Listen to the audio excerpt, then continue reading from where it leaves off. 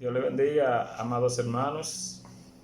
Aquí estamos una vez más con el propósito de traerle la enseñanza de la escuela bíblica correspondiente al día de hoy.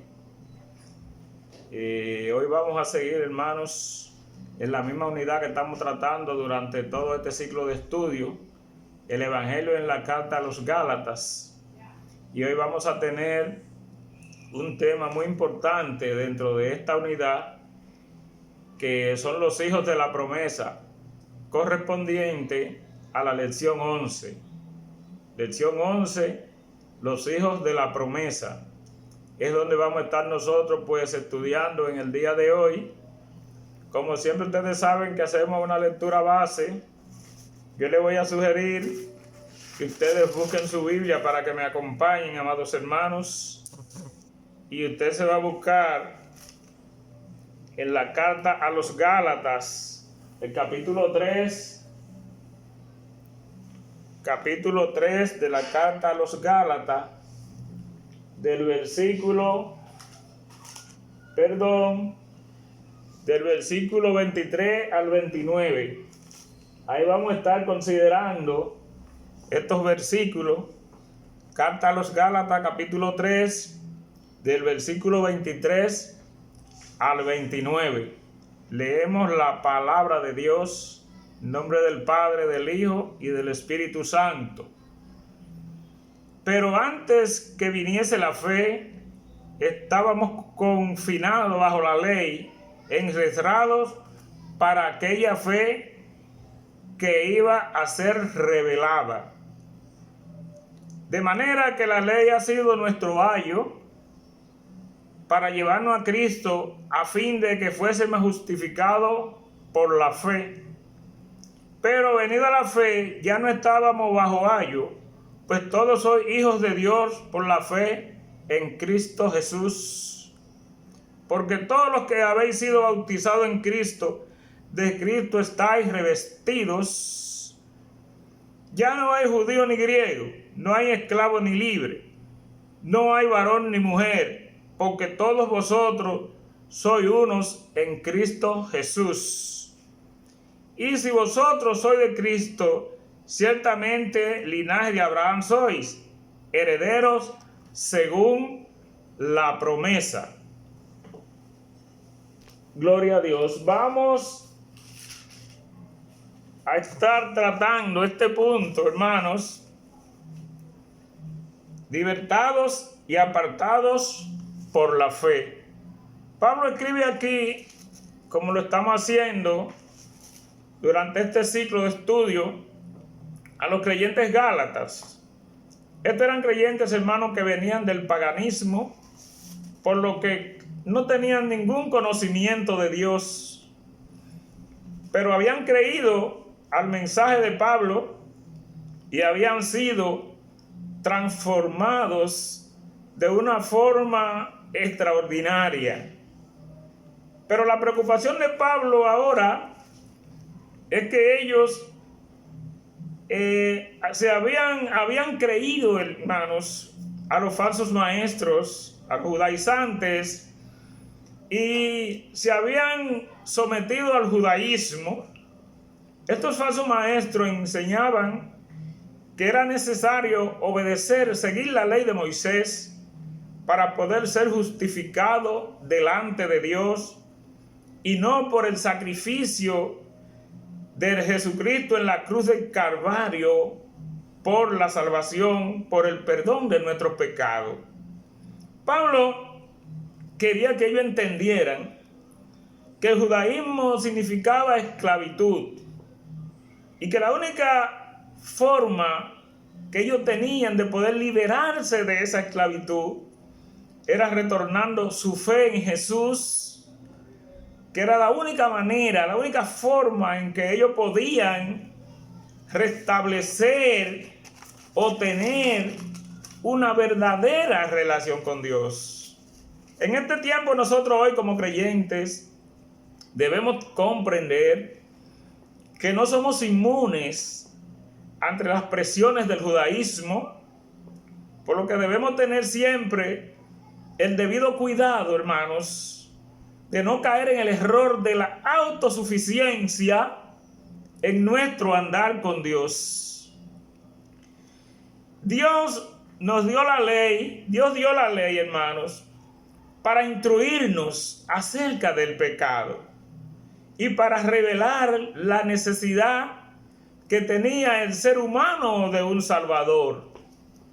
La ley, el propósito de la ley, en ningún momento era servir como medio de salvación para el ser humano, sino que más bien la ley fue nuestra guía para conducirnos a Jesús, para por medio de nuestra fe nosotros ser justificados delante de Dios. Pero después de la muerte y resurrección de Jesús, después de su sacrificio en la cruz, ya la ley dejó de ser nuestro guía, porque la ley fue dada hasta que llegase la simiente.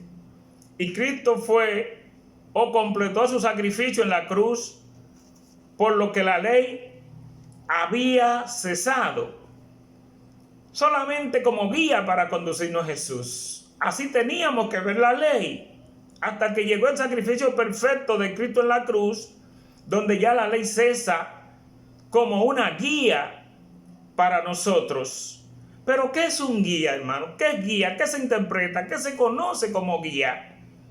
Bueno, guía es un término griego que para los griegos y los romanos significaba un esclavo.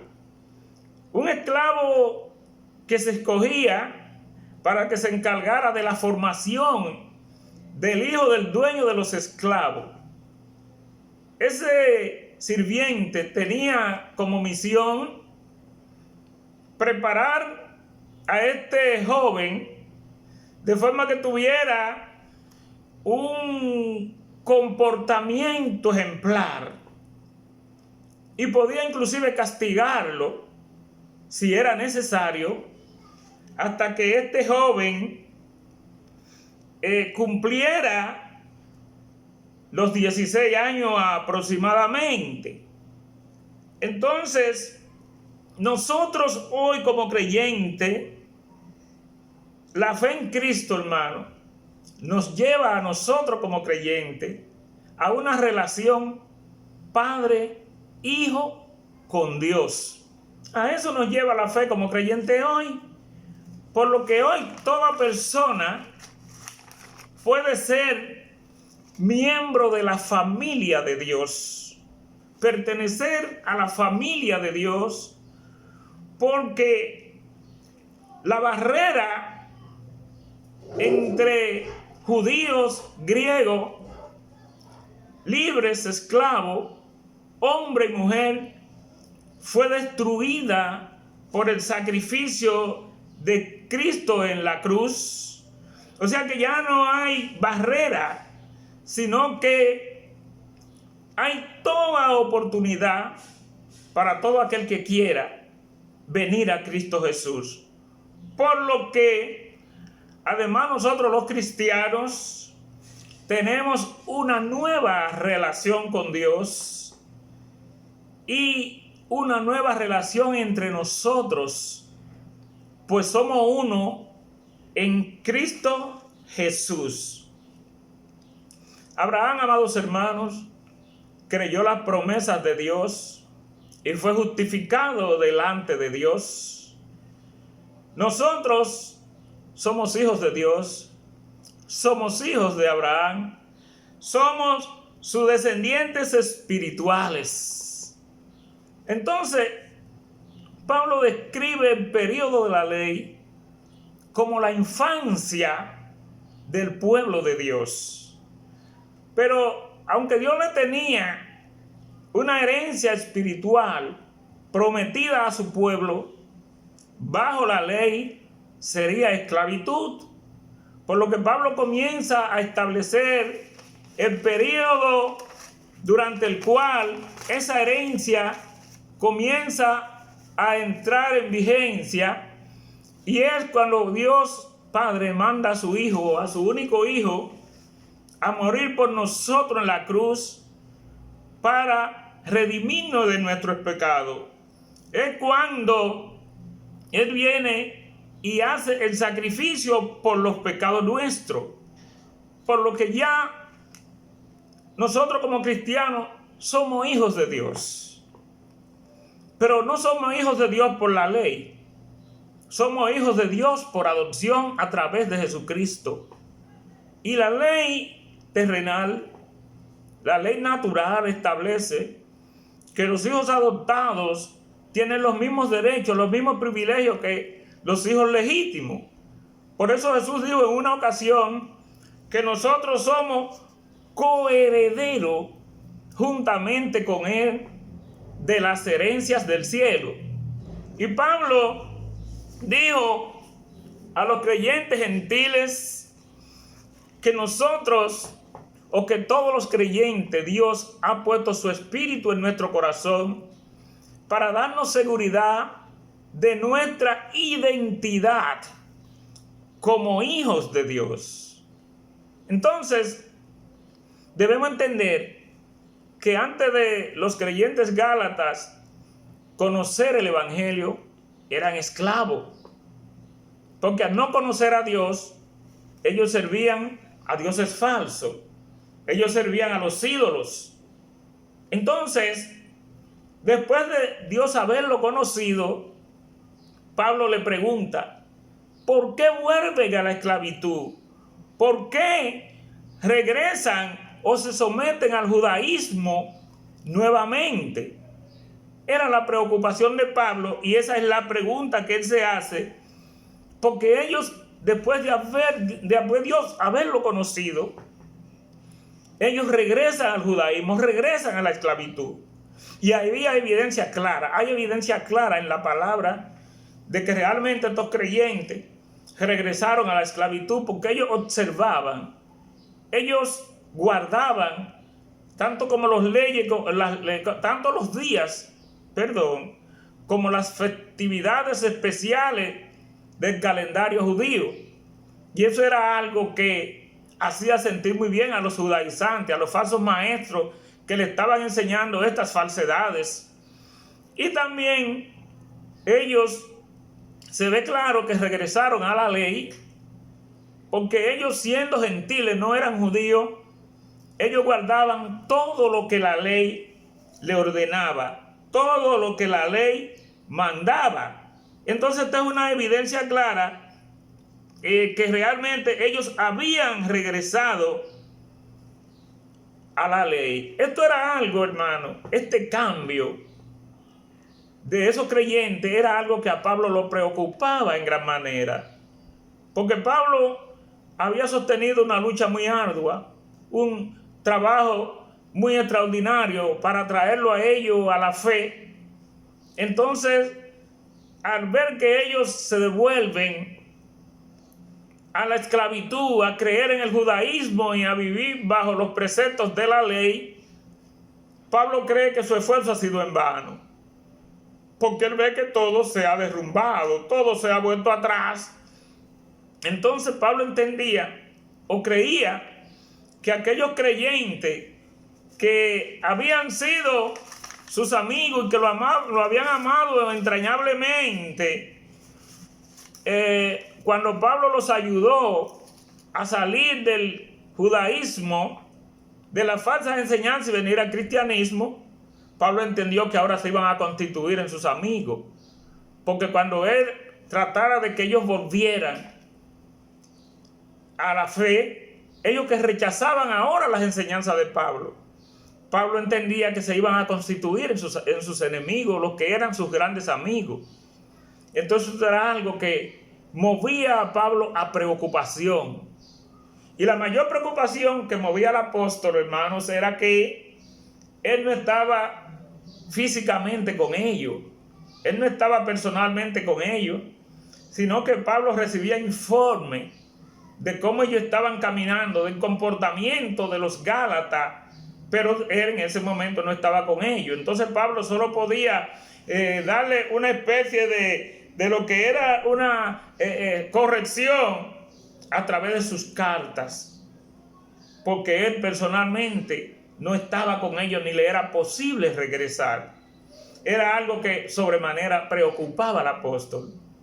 Entonces Pablo vio en una ocasión que la única manera en que estos creyentes podían liberarse de su dependencia de la ley era ellos teniendo conocimiento, ellos entendiendo la historia del Antiguo Testamento antes de la ley. Entonces Pablo comienza a hablarle de historia bíblica para que ellos entendieran, comprendieran antes de la ley lo que había pasado y lo que Dios había prometido que iba a pasar con los que pusieran su fe en su simiente, en el hijo que él iba a enviar a través de Abraham. Por eso Pablo comienza de una forma muy sabia, como Pablo siempre hacía, hablarle acerca de la historia de Abraham, y dice que Dios prometió a Abraham que iba a ser padre de multitudes, que iba a ser padre de muchedumbres, algo que parecía poco creíble, porque Abraham y Sara eran dos personas de una edad muy avanzada para tener hijos. Es tan así que la propia Sara duda acerca de esto y le sugiere a Abraham, su esposo, que se acercara a su esclava Agar para que tuviera un hijo con ella, para que le dejara descendencia. Porque Sara entendía, conforme a su creencia, conforme a su forma de ver, que esta era la única forma de ella tener una familia. Pablo comienza esta historia para que ellos escuchen, entiendan y comprendan acerca de cómo es que Dios va obrando a través del tiempo, para que todo aquel que crea realmente pueda ser justificado por esa fe. Entonces Pablo hizo tal y como le había aconsejado Sara, se acerca a Agar, la embaraza, y de esta relación nace un niño que le ponen por nombre Ismael. Pero Dios había prometido a Abraham, y esto Pablo lo dice, lo enseña a estos creyentes, que no, que el hijo de la promesa tenía que ser Sara quien lo concibiera, y que no importaba que fuera una anciana, no importa la edad que tuviera, que ella iba a dar a luz. Y efectivamente, cumplido el tiempo de Dios, Sara da a luz a un hijo al que se le puso por nombre Isaac, el hijo de la promesa. Entonces Pablo está haciendo esta historia a ellos para que entiendan y vuelvan a la fe, se reencuentren con su fe. Y Pablo aquí entonces toma estas dos madres y él hace una comparación entre las dos, él hace una ilustración con estas dos mujeres que habían tenido hijos, uno de forma natural y otro de forma espiritual. Dice que estas dos madres representan dos pactos distintos. Escúchenme para que entendamos bien que Pablo quería que estos creyentes supieran, para que ellos retornaran a su fe y entendieran que si querían ser copartícipes con los creyentes, con los hijos de Isaac, ellos tenían que volver a la fe. Entonces le dijo que estas dos mujeres, Agar la esclava, representaba el pacto realizado en el monte Sinaí. O sea, representaba a Agar la esclavitud, que era a la que los creyentes judaizantes, los falsos maestros, querían someter a los creyentes gentiles, haciéndole creer que para ser justificado ante Dios tenía que ser por las obras que ellos realizaran. En tanto que Sara representaba el nuevo pacto, el pacto de aquellos como nosotros hoy, que por nuestra fe somos justificados porque hemos creído en el sacrificio perfecto de Jesucristo en la cruz por nuestros pecados. O sea que la ilustración es que todos los que forman parte del pacto que hizo Agar allí en el Sinaí, que Agar representa que se hizo en el Sinaí, son aquellos que creen que por sus obras van a ser justificados ante Dios. Todo aquel que cree que es por la fe en Jesucristo donde nosotros somos justificados ante Dios, somos los hijos de Sara, somos los descendientes de Isaac. Y tenemos esa promesa. Llegado el tiempo, Dios iba a bendecir a todas las naciones a través de Abraham, porque ya se había cumplido parte de la promesa. Ya Isaac había nacido como hijo de la promesa. Entonces ya se había cumplido parte de la promesa que Dios había hecho a Abraham. Pero iba a llegar el tiempo en que Dios iba a bendecir a todas las naciones en Abraham.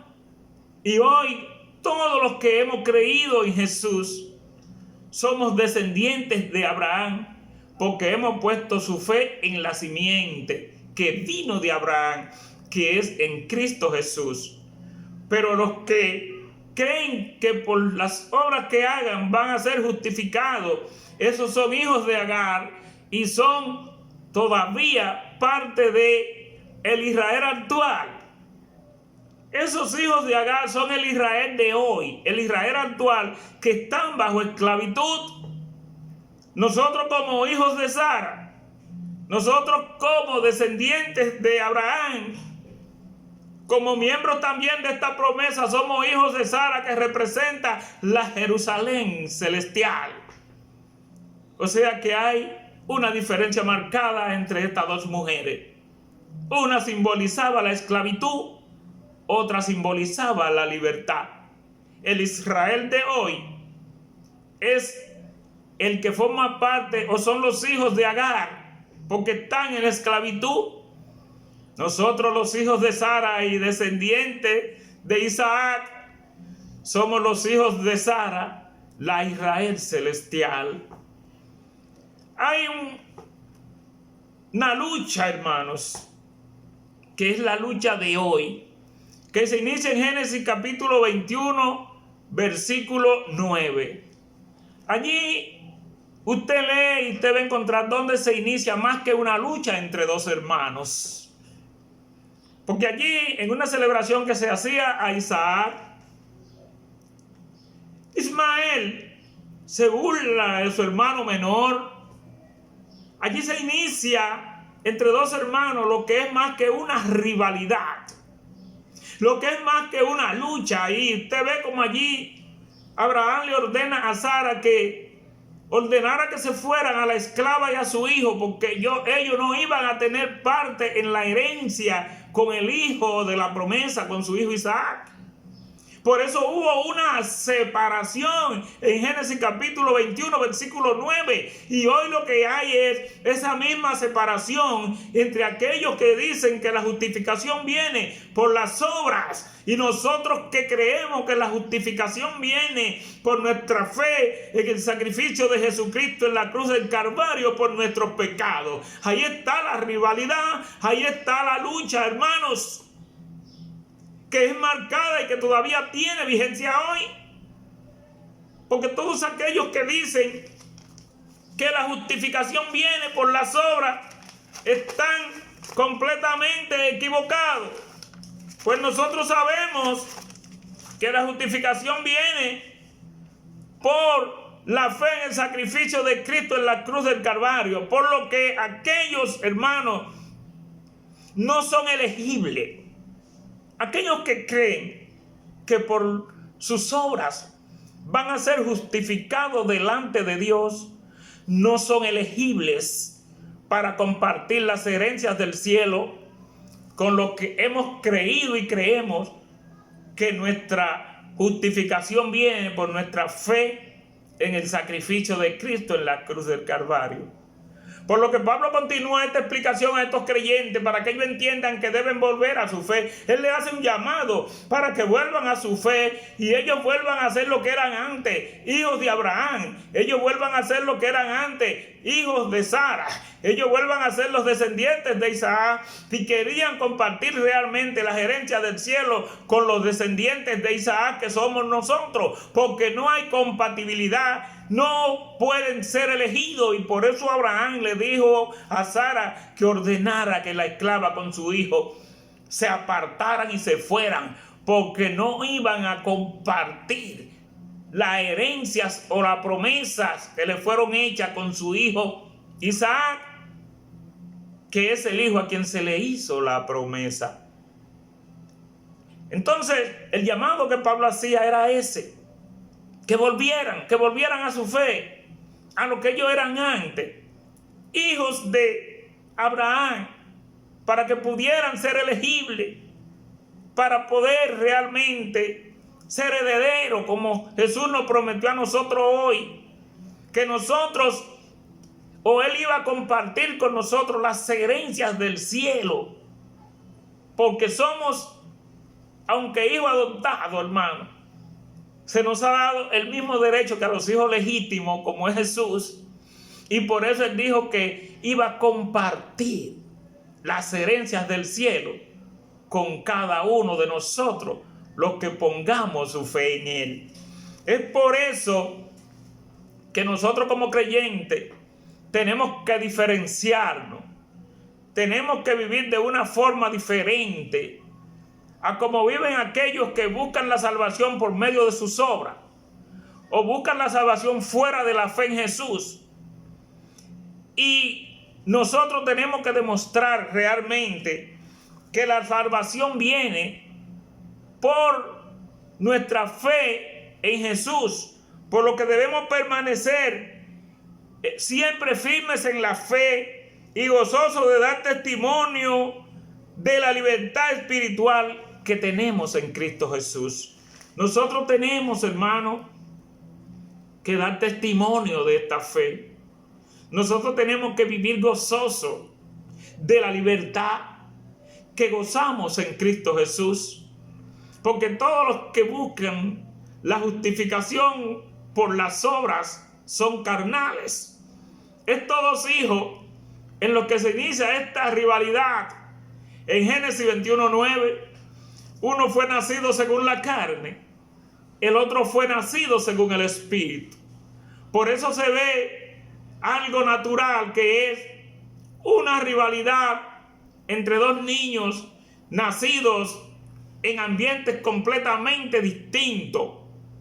Aquí iniciaba y hoy espiritualmente se mantiene esa misma rivalidad entre creyentes, pero nosotros, los que tenemos nuestra fe puesta en Jesucristo como autor y consumador de la fe, y aquellos que creen que por sus obras van a ser justificados ante Dios. Que Dios les bendiga, mis amados, que Dios les guarde, y hasta la próxima.